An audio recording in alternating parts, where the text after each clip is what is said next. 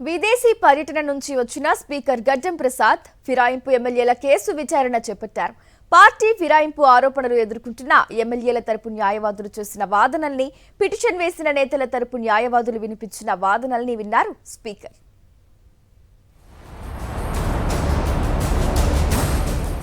శుక్రవారం నాడు ఫిరాయింపు ఎమ్మెల్యేల కేసు విచారణ చేపట్టారు స్పీకర్ గడ్డం ప్రసాద్.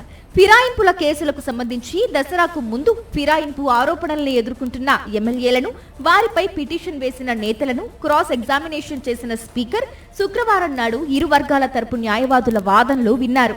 ఉదయం 11 గంటలకు Kalvakuntla Sanjay versus T Prakash Goud case విచారణ చేపట్టారు.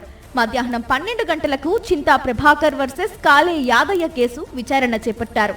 మధ్యాహ్నం 2 గంటలకు చింతా ప్రభాకర్ వర్సెస్ గూడెం మహిపాల్ రెడ్డి కేసు విచారణ చేశారు.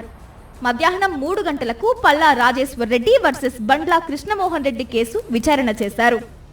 ప్రతి కేసులో స్పీకర్ ముందు మౌఖిక వాదనలు వినిపించారు ఇరు వర్గాల తరపు న్యాయవాదులు. ఇరు వర్గాలు ఇప్పటికే ఆధారాలు, అఫిడవిట్లు స్పీకర్ కు అందజేశాయి. మొదటి దశలో ఫిరాయింపు ఆరోపణలు ఎదుర్కొంటున్న ఎమ్మెల్యేల అభిప్రాయం, పిటిషన్ వేసిన వారి అభిప్రాయంతో పాటు ఇరు వర్గాల తరపు అడ్వకేట్ల అభిప్రాయము తీసుకున్నారు. ఇప్పుడు వివరాలతో కూడిన నివేదికలో భాగంగా న్యాయవాదుల వాదనలు విన్నారు స్పీకర్.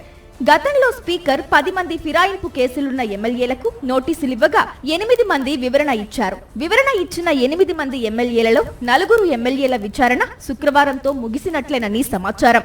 మిగతా 4 ఎమ్మెల్యేల విచారణ 1-2 రోజుల్లో మొదలయ్యే అవకాశం ఉంది. ఈ కేసు విచారణ నేపథ్యంలో ఈ నెల 31 వరకు అసెంబ్లీ పరిసరాల్లో ఆంక్షలు విధించారు. ఆరోపణలు ఎదుర్కొంటున్న 10 మంది ఎమ్మెల్యేల్లో దానం నాగేందర్, కడియం శ్రీహరి ఇప్పటి వరకు అఫిడవిట్ దాఖలు చేయలేదు.